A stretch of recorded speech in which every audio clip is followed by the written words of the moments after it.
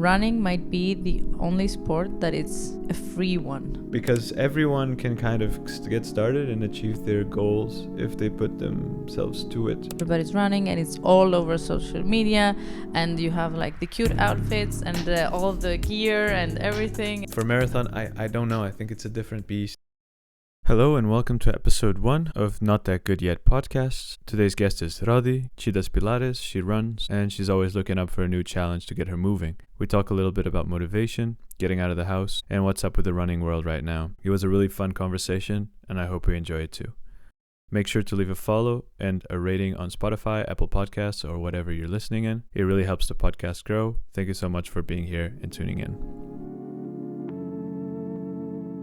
Actually, I came back to working out at the studio 5 days ago because I paused for a long time because of work. Yeah, I was really tired and I didn't have the time, but I'm so happy that I'm back at it. It's amazing. It's what studio? It's a Pilates studio where I do Pilates, yoga, and another aerobic program like running and lifting weights. There are like 4 blocks that you run first, and then you stop and your partner goes to the treadmill and you start with some exercises on a bench and lifting some weights and doing this stuff. Yeah. And then you go back on the treadmill and then, yeah. It has this concept, the American thing, the Bruce thing with the, I don't know if the one that it's in a red room. The like berries. Berries, yeah, yes. Bruce is the other thing, but I think it's completely dangerous, that one, because I tried it once with Anna, and oh my god, I hated it. But the one that we're doing in the studio, it's really nice. Okay, they follow you, they help you out with exercises. And the instructor is actually there. Yeah, that's good. So you feel better. Nice. Yeah, I mean, we've known each other for a while, and I know you've been doing a lot of things, being active, but I kind of never got to know where that started or where that motivation came initially, or if you have like a background in your, childhood that you practice any sports, and now you're doing stuff. I don't know, just.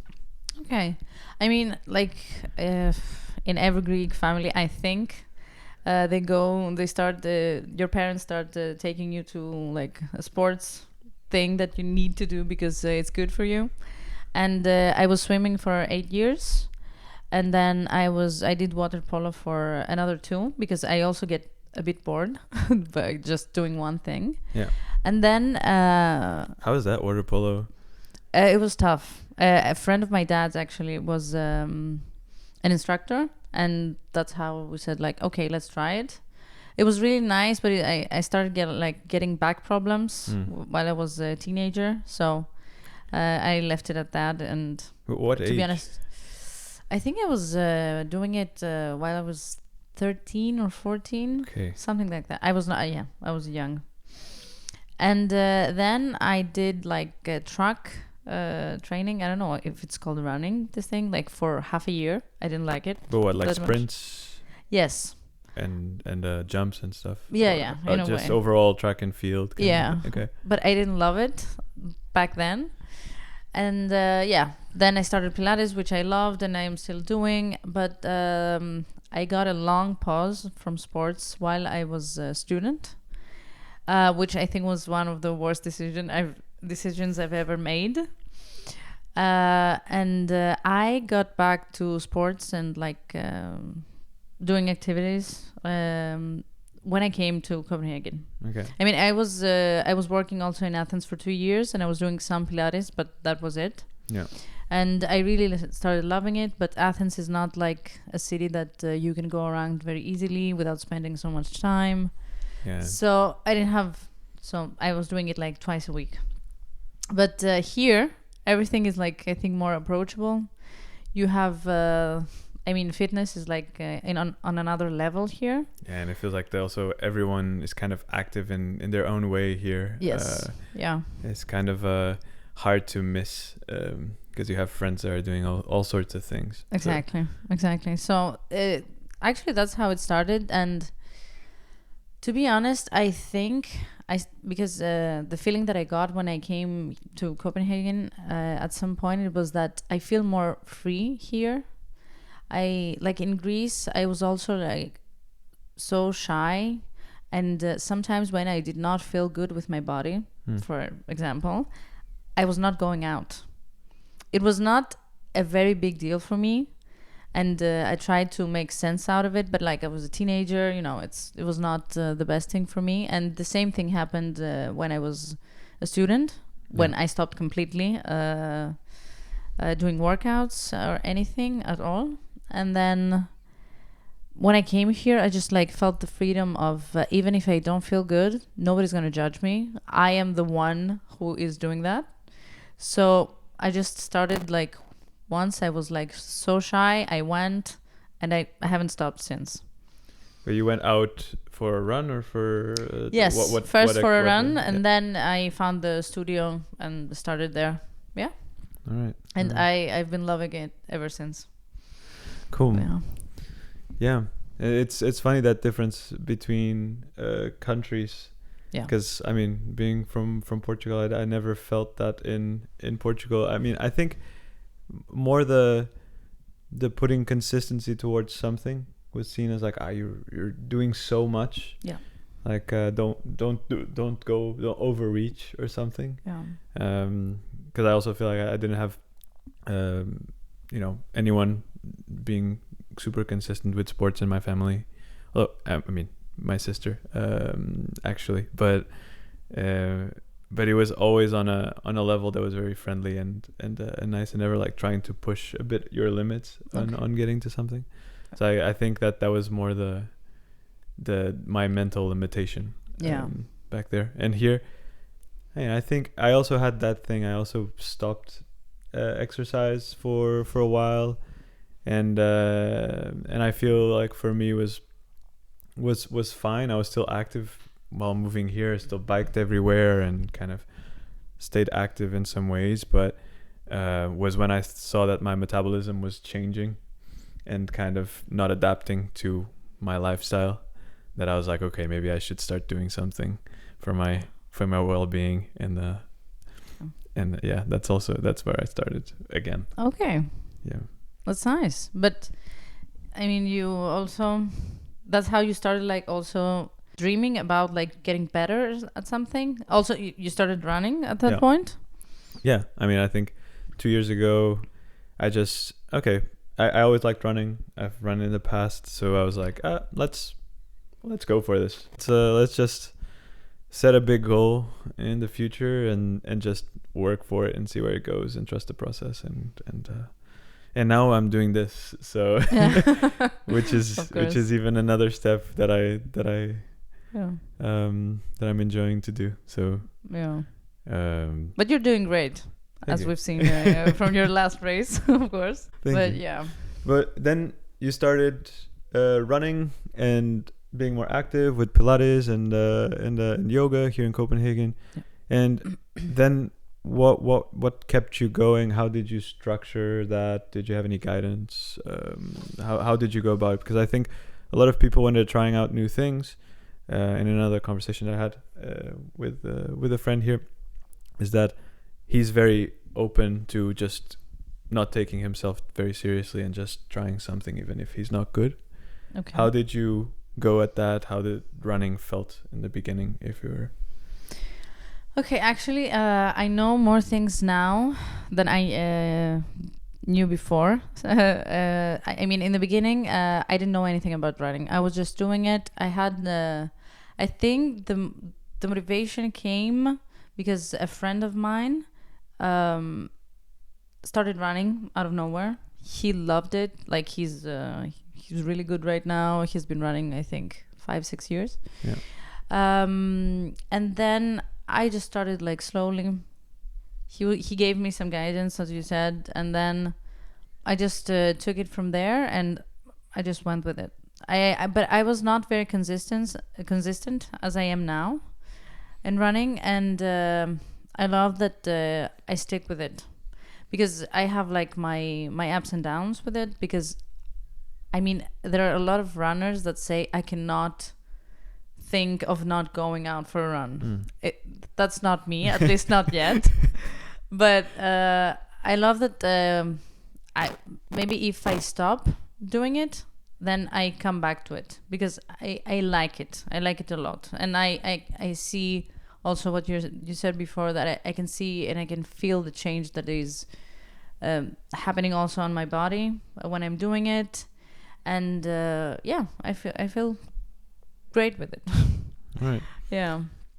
And how did that from that start until the Copenhagen half they did? Okay. Like how is that whole process of, because at that point you're appearing consistently. Actually, I signed up for the race. Like I just saw it on an ad, and I'm like, okay, let's do it. I mean, I've been running, but I didn't have like a clear plan with it. I actually Konstantinos, my boyfriend, is the one that motivated me to do it with a schedule and a program and something like we had a conversation saying that you can run 21 kilometers. It's okay, but you can go and have a goal for it that you can reach with that. I mean, it's not that difficult for almost anyone to run 21 kilometers. You can do it like in the span of 5 hours, but it's not the point. I mean, no, I mean, a lot of people can do it, and it's really nice if they do, and it takes 5 hours to do it. But I mean, if I can have like a schedule with it, I can just go for something else, not just to finish the race. Yeah, that might be the marathon at this point. Yeah, but I think that's how it went. And he helped me a lot. He in a way trained me, and I went with it. Yeah. And what would you say was the hardest part of the process, of like those months or weeks that you were going, like mentally? Was it getting out of the house or going? I don't know if you trained during the winter, because that's also a thing here. Yeah, it is. But what was going through your mind during training? Did you doubt that you could do it, or did you think about quitting or anything? Like how did that process? Because you just said motivation is something that kind of comes and goes. Yes. And it's up and down. Mm-hmm. How did that look? I mean, the hardest thing for me is to go out when I really don't want to. Like, if my mood is like so low, it's cold outside, it's windy, I hate it, I don't want to. It was really challenging for me. But when I did it, like once I was like on the first kilometer, I was like, okay, let's do this. We can do it. Because if I start, one thing that I know, it's that I cannot stop. Like sometimes he was telling me, do 12, maybe 14. It was always 14. I mean, I cannot, I mean, I'm already there. I will just do it. However it goes. But another challenging thing for me were the intervals, if I'm pronouncing this correctly. Yes, it was really challenging, and I actually never did them all. Okay. Because it was not that they were hard. It was the fact that, I don't know, a lot of things. I had I was in pain afterwards, a thing that I hated.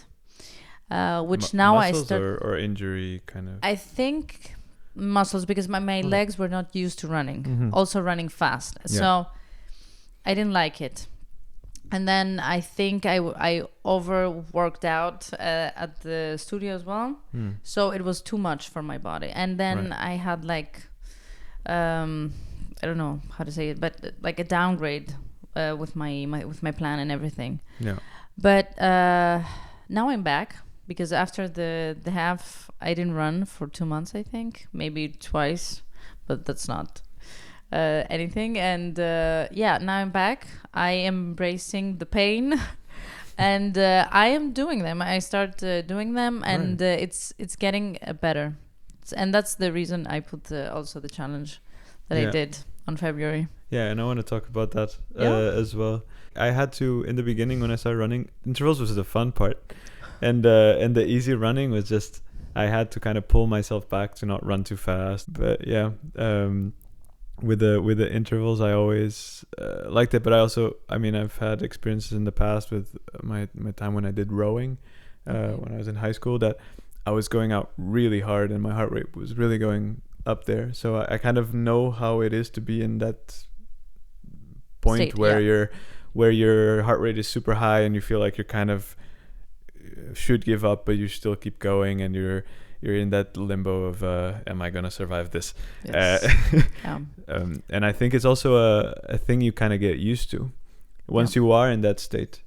You understand that, okay, it's fine, it's gonna end in a bit, and then I'm gonna be fine. And I think going over that barrier and understanding that staying in that state is only momentary, and it's gonna change, and it's gonna stop. I think that's when it starts becoming fun. Because you kind of accept it for what it is, in a sense. I think you're right. I mean, I start feeling exactly what you're saying now, that I started like doing it and not complaining about it, because when I started again, I really didn't want to do it, but I mean, it's okay, and I'm very happy afterwards. So it's nice. I think the what you were saying, that you were overreaching a little bit with a lot of different types of exercise at the same time, and it was kind of pulling you down. I think I also had that in my previous experiences with running, where I would just, every time I would go out extremely fast, because I didn't have a plan, I didn't have any coaching, so I was just going out doing a 5K or a 7K or something super fast, and every time, and then next time I would be like tired, or the next day, and I would kind of remember it was painful, so I kind of don't want to. And when I started doing easy runs, it's like the next day is like, it was easy yesterday, I can do it again easily today as well. So that changed for me, that perception that you just go hard when you need to go hard. And also resting is super important.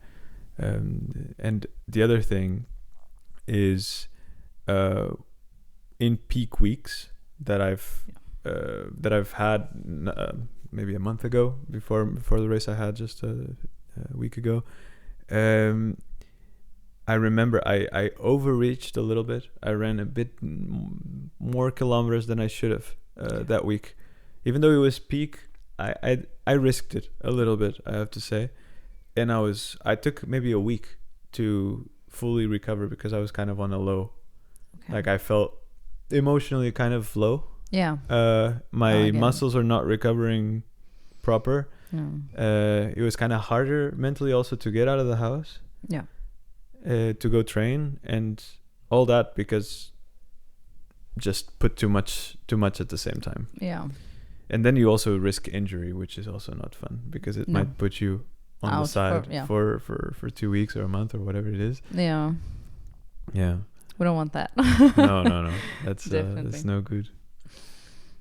So after your half, you kind of took a little pause, which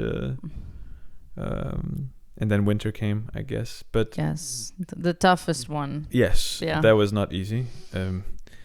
That was not easy at all. But while snow was piling up in the streets and minus negatives for days, you were doing something in February. How did that come up? What was I think it's for the same reasons, because I said that actually I put this challenge to myself, or like this goal, try and be the best of myself, like in general, but also in things that I'm really interested in, but sometimes I'm being lazy, and I'm not putting the effort that I know I can. And I just want to change that for me. I want to be able to do the things that I want despite of my mood, because I know I want them, but if my mood changes like 3 times a week, it's not going to happen for me. None of it. So and that's everything, like from running to going to the gym to going to, I don't know, Yeah. Basically that. And then I started, I put this challenge to myself. I ran in January, like a little bit. But I said, okay, let's get back to it. And I need to commit to run every day and see if I can do it for 28 days straight. Because, okay, February was 28 days. Smaller month, but it was like 140 kilometers, which is a thing that I've never done in a month. And it was a lot for me. And actually, as you said, February started not so good. I hated it. The first 5 days, I was like, why am I doing this? I can do it next month. It will be better. The weather will be better. I don't know.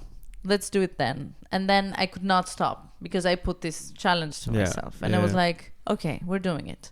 Let's go. And then I had a break from my work for 15 minutes. And then I went for half of my run because I knew I would not have the time to do it at once.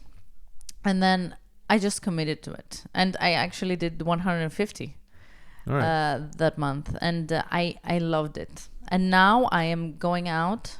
And sometimes I don't want to, but I'm doing it, and it's better for me. Yes, it's better for me in my head. I have this thing that is saying, okay, you don't want to, but you're going to. You know, it's really helpful to see Konstantinos do it every day almost. So it also adds that motivation. Yeah. I feel like when I lived with flatmates and I was going for runs, they were also joining me more often because I was going consistently out the door. So I think having someone that is doing it also makes it easy or easier to kind of get that motivation because you're not alone in it. Exactly. And that's nice. And I feel like that daily thing is kind of meditative in a sense. Yeah. That you kind of get away from your thoughts and you just go independently of whatever is there.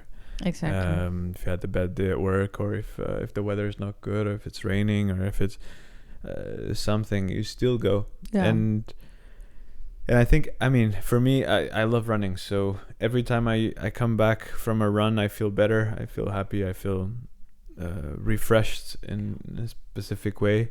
Maybe not physically sometimes, but and sometimes I'm not there when I started, or just before going out of the house. I'm in a place where I'm maybe a bit more down or low, and I just know that I need to push through. Those thoughts. Exactly. Gladly doesn't happen that often because it for now I'm still so excited about it that I just go out, but but I can see that happening. Sure. I've never met a person who gets over running. Really? Yeah. At least me, I haven't had a conversation with the person that started running, like also like very consciously. They were not running like as children, but or kids, but at least I haven't. But they keep on like going, and I think it's why people say that either you love it or you hate it. And I was always in the middle, like I don't love it, but I don't hate it, but now I started loving it, you know? Yeah. Because when I went out and I was like, when I went home, I was like, I did not have fun today. It was not good. I didn't like it. But then I was like, but I did it. Yeah. And that was enough for that day. I didn't have to love it. But I did it because there's a plan right now. Yeah. So it felt better. That's felt good. I think you need to find those reasons to do that, right? For me, I have these goals that are quite ambitious in the future. Yeah. And my mental is always, I have kind of a limited time in my schedule. I should do it this morning or this afternoon because then I have these friends or this work or this thing. And it's if I don't do it there, I'm postponing my goals. Okay. To a week later. Yeah. Like if I skip this interval session this week, I'm postponing a week of the results I want to achieve. Exactly. Yes. And if I do it a month, I'm postponing it a month. Yeah. or even more, because training doesn't go linear, right? So it's that's my mental. I always think, okay, I'm putting so much effort into this thing. If I don't go now, I'm just sacrificing what I've put so far, and all the times I appeared, I'm sacrificing that for what? For this small thing that's annoying me today, or because I feel low. No, I'm not gonna let that Yeah, no, it's the same thing. And sometimes I can admit that to you, since we're having this conversation. It's I'm spying on you, because I also on Strava, of course, because I think I see someone running every day and I know that he's doing it, but you are a friend of mine that is doing it, and I think you might be also the only one that it's committed that much to running. And I think I'm pretty inspired, and I was like so thrilled about your results from your previous race, and I was like, okay, this is commitment. This is just like putting in the hard work. Of course, you have your goals, but still, it's just that you are showing up for this, and I think that's the most important thing on this sport particularly. I don't know, maybe in every sport, but but I think running is a bit special in that sense, because I feel like, okay, football, it's also consistency, but it is also a level of talent involved in it. Maybe hand-eye coordination sports have a level of talent, or a level of, associated with it. Of course, that consistency and training will overrule a lot of this talent. But with running, of course, also there's talented runners. But I think the consistency is the most important. It's just, if you put the training, and the training is usually quite set and studied, is that if you do these easy runs and these intervals and more or less these long runs, and after a year, 2 years, you're gonna be substantially better if you put the consistency, and it's kind of liberating in a way, because everyone can kind of get started and achieve their goals if they put themselves to it. Of course, I mean, life gets in the way, and people might not have the conditions to train consistently for all sorts of reasons. I'm not saying that, but I think it's a very approachable sport as well. Because it's very much competing with yourself, and it's just your fight always. Yeah, I think so too. I heard once that running might be the only sport that it's a free one, because if you just like have one pair of shoes, you can, like, because you don't want to get injured, of course, you can just go out of the door and just go away for as long as you want. Nobody's gonna say anything. You don't have to be somewhere on a specific time. You don't have to do anything. It's just like you and this thing, and you deciding on okay, I'm doing it now. And this is the magic of it. I think it's really a free sport, and I love that about this, about running. I want to go back to what you were saying, that you had never met someone who put the consistency and then fell out of love with the sport. I think running is on a major hype moment right now. I think it's kind of undeniable at this point.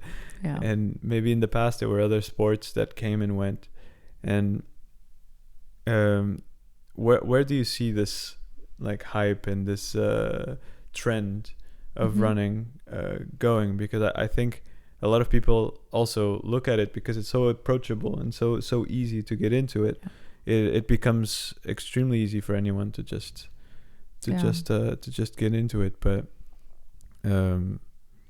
also that the trend part of it. I feel like in a few years I don't think there will be as many runners as there is now. Actually, I agree with you, and at first I was like, I didn't like it because it's as you said, it's like a trend right now, and everybody's running, and it's all over social media, and you have like the cute outfits and all the gear and everything, and which is, for me, sometimes it's frustrating, and that's how it started. And I was like, not angry because I'm not an athlete. I was not a runner also at that point, but I think it's a nice thing that this is happening, because it's going. It's a nice trend. It's a good trend. Yeah. It's for your, I don't know. It's healthier. It's healthy. Yeah. It's healthy. People are moving. yeah. People are doing things. Like it's amazing. Exactly. But I wish it was not just a trend, because everybody's like showing the nice. They're showing off the results. They're showing off. As I said, the outfits and all of that stuff, and I was like, oh, okay, that I want that. It's so nice. And they don't talk about like the truth of how committed you need to be in order to reach the results that people are showing you in such a nice way. Yeah. And it's I don't know. Of course, it's also the consumer's trap. I don't know how to say it, but the thing that you need to buy so many things for. Yeah.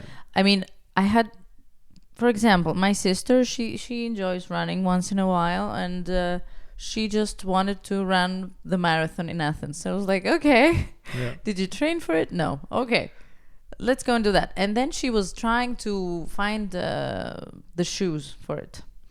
And because she didn't train, she would take a lot of hours to finish the race, okay?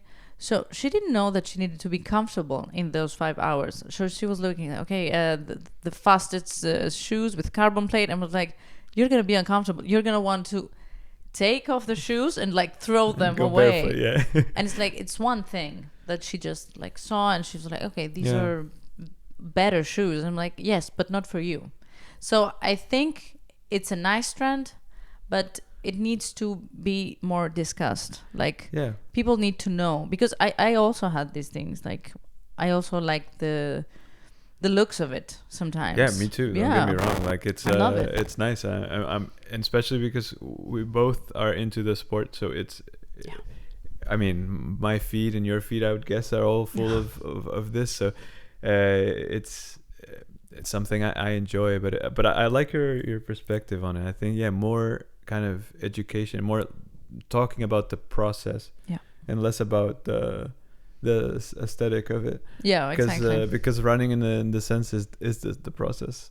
Yeah.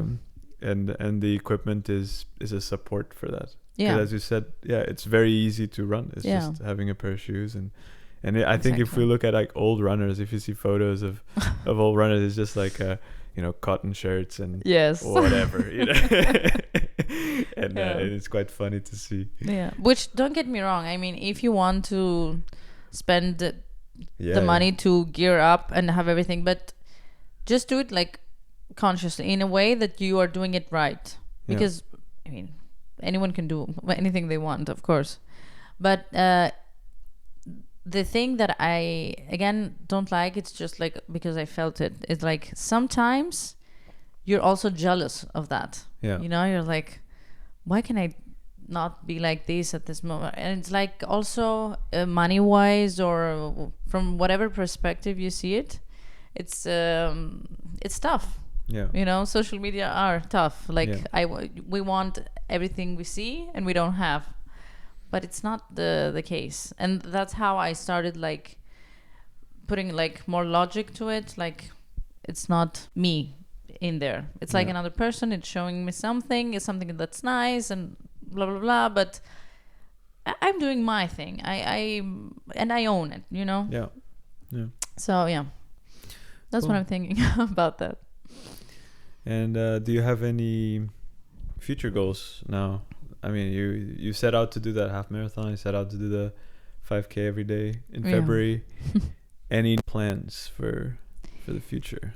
Actually, there is a small one which kind of came out of nowhere, but I am running my first trail race. Okay. Yes, in Greece, in Metsovo.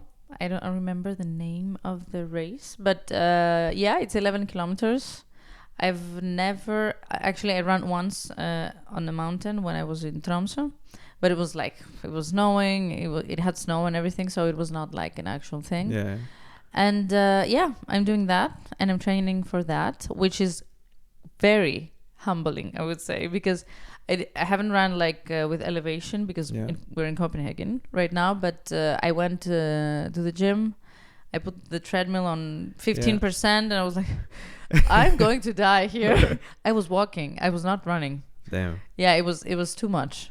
How is that? Yeah, training trail in Copenhagen, which is the flattest pancake in the. Yes, I think that people go often to Copenhagen Hill. Yes. Is it open to train for you there. to just go in? Yeah. You don't have to pay anything? No, nothing. All right. Yes, and you just go and you just like do it a lot of times, which is I think boring, but you get the elevation. The elevation, which is okay. Yeah, and I'm a bit afraid of that thing because it's also like it's in the mountains, the terrain is different. Yeah, but I'm excited to do it. And the other one, which I don't know yet, it's not a goal yet, it's just a thought. Maybe I want to do the marathon in Athens. All right. Yes, in November, but I'm not sure if it's gonna be this year or next year or whatever. Okay. What about you? Are you? I kind of wanted to ask more about the trail. Like, how much elevation is? I think it's 650. Okay. That one. Yeah. A lot. Yeah, it's quite a lot. Yeah. I don't know. I think I'm gonna be chill about it because I want to get the feeling of what trail running is. Yeah. And like in Greece, it's like the mountains are high, the elevation is too much. It's gonna be hot because I'm doing it in May. In Greece it might be, I don't know. It's a mountain. I'm not sure. So I don't know what Trees? what. No. Yeah, exactly. So I don't know what to expect. Yeah. And I'm going for that right now. Okay. And if I like it and if I enjoy it, I think I'm gonna try and do it again. Okay. Yes. Right. And I'm also if it's relevant, but we are also going to see the UTMB this year. Yes. Damn. At the end of August. Yeah. Okay, we're gonna. How do you watch that in person? Do you stay on the finish line or in the? Probably. Yes, I think so because it's in the Alps in Chamonix in France. So we're just gonna go camping there, and then we're just. I mean, going to gonna spots stay. And see, the different things. Yeah. Ah, fun. Yeah. Yeah, I'm also looking forward to that. Yeah, I've heard that's a brutal one. I have actually no experience with trail. Yeah. And honestly, I feel like my focus is mostly on road. I want to get fast and on fast races and stuff. But I see the appeal. I think the nature is a big component in kind of just like existing in the middle of mountains is quite nice. It is completely the opposite of the Athens Marathon. Yes, definitely. And I actually for that it's not a goal yet because I don't know how much my body can take right now. So I want to kind of listen to it because also my work life is not going as good as I want to, and I want to be focused more on that. Yeah. If I make it like an actual goal, but I really want to try it, and it's gonna be first. If I decide to do it now, it's gonna be more for fun and just going and doing it maybe with someone, which is like also a component that I love about running. Like when you do things with somebody, it's a bit easier, at least for me. Yeah. When it gets sometimes social, it's really nice. It's not always the case because you cannot do it, but that's nice. Yeah. Do you do any run clubs on that? No. Have you ever? I haven't tried it once. Me neither, actually. No. Like I usually do my trainings very, very alone or with Anna. And but I think it it can be fun to do it. There are a lot of clubs here in Copenhagen, of course, but they are either very, at least for me, not for you now, either very fast in the paces, and their social pace is a 5, and I'm like, okay, I'm gonna die for sure, so I cannot. But I am looking for something that will fit me and what I do, and I would really want to try it. Yeah. Maybe in the future we can create one. We can create ourselves. One, yeah. Yes. Maybe. Please. We'll see what happens. Yeah. I think it's gonna be great. Yeah. We'll see. Maybe. Yeah. Could be fun. Yeah. Yeah. You asked me about what I'm doing. Yeah. My goals, and I have the Copenhagen Half Marathon in September. I got a ticket for that. It's the World Championships this year. So it was like 2 years ago almost, or a year and a half ago that they made the ballots. I've had the ticket for a while. But yeah, then I bought the Amsterdam Marathon in October, which is going to be my first one. And I think the Copenhagen will be a kind of a testing last big effort because it's like 3 weeks before the marathon. So I think it's a good time frame, and it's 2 very nice races because I've lived in both places. Okay. I mean, I live here in Copenhagen, and I've lived in the Netherlands, very close to Amsterdam as well. So it's gonna be nice because I have some friends there as well. So it's nice. It's gonna be nice to be back there, and I think the race is quite nice. It's I'm starting in a group that doesn't start in the stadium, but the end is in the stadium, in the Olympic Stadium in Amsterdam. And I think the route is also quite nice. Like it passes through the city, and it's quite lively. So I'm excited. Nice. But do you have like a specific goal for the marathon, or I mean, long term, yes. Okay. For this one, I don't have anything yet. Because it's the first one. It's the first one. I have no idea what kilometer 35 is, Okay, yes. I think the longest I've run is like 26. Okay. And at an easy pace, I could have maybe extended, but that was the goal of that training and that long run. Okay. And I've been training only like 5K, 10K, half marathon to get my speed in place. But yeah, for marathon, I don't know. I think it's a different beast. You need to kind of think about fueling a lot, and you need to kind of know how your body reacts over that amount of time. Yeah. Because I think, the longest I've ran was 2 hours 20. Yeah. And even if I run very at my best, it's going to be longer than that. So I have no idea how that will be. Yeah, I think it's a whole other deal. When I finished the half marathon in Copenhagen, which is like the only half marathon I've ever done, I was like, I immediately thought of the marathon. I was like, if I was running a marathon, I would be like halfway. Yeah. It was insane. The thought of it was insane. I think it's a completely different thing. Completely different.